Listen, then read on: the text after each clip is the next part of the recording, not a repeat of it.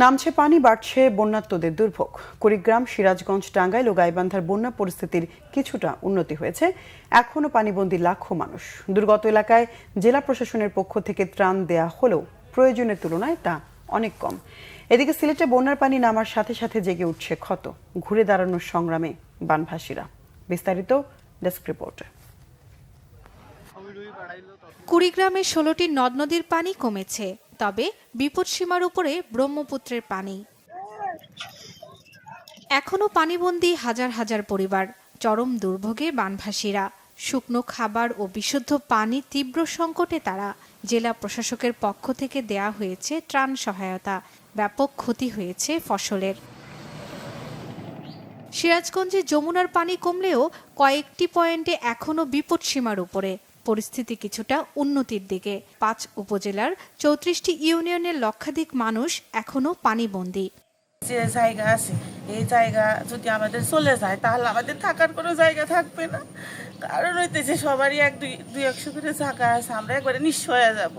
আজ ৯টা ১০টা দিন হলো একজনের ঘরে একদিন শুইতেছি। ছেলে মেয়ে জামাই কোনখানে আছে সেটা কোনো ভেদাভেদ নাই। এমন ভাঙ্গুরি লাগছিল, ঘর দুয়ার টাইলা কিছু সরান যায় না। মানে ১৫টা ঘর দুয়ার, আমাদের তাঁত খেতের বাড়ি সব জিনিসপাতি গুছিয়ে ৫টা ৬টা ঘর নদীর বেঁচে চলে গেছে। টাঙ্গাইলে যমুনা, ঝিনাই, ধলেশ্বরী নদীর পানি এখনো কমেনি। দুর্ভোগ কাটছে না বানভাসীদের। বন্যার কারণে জেলার প্রাথমিক ও মাধ্যমিক স্কুলের ৭২টি শিক্ষা প্রতিষ্ঠান বন্ধ।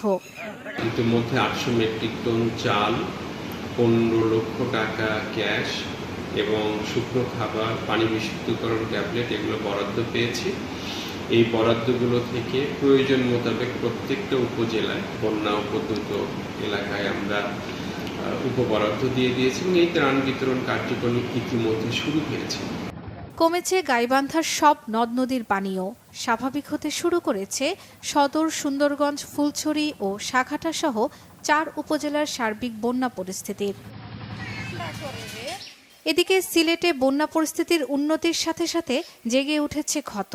আশ্রয় কেন্দ্র থেকে বাড়িঘরে ফিরতে শুরু করেছেন বন্যার্তরা। ৩ দফা বন্যায় সর্বস্ব হারিয়ে দিশেহারা হতভাগ্যরা। শর্মিলা কেয়া, বাংলা ভিশন নিউজ ডেস্ক।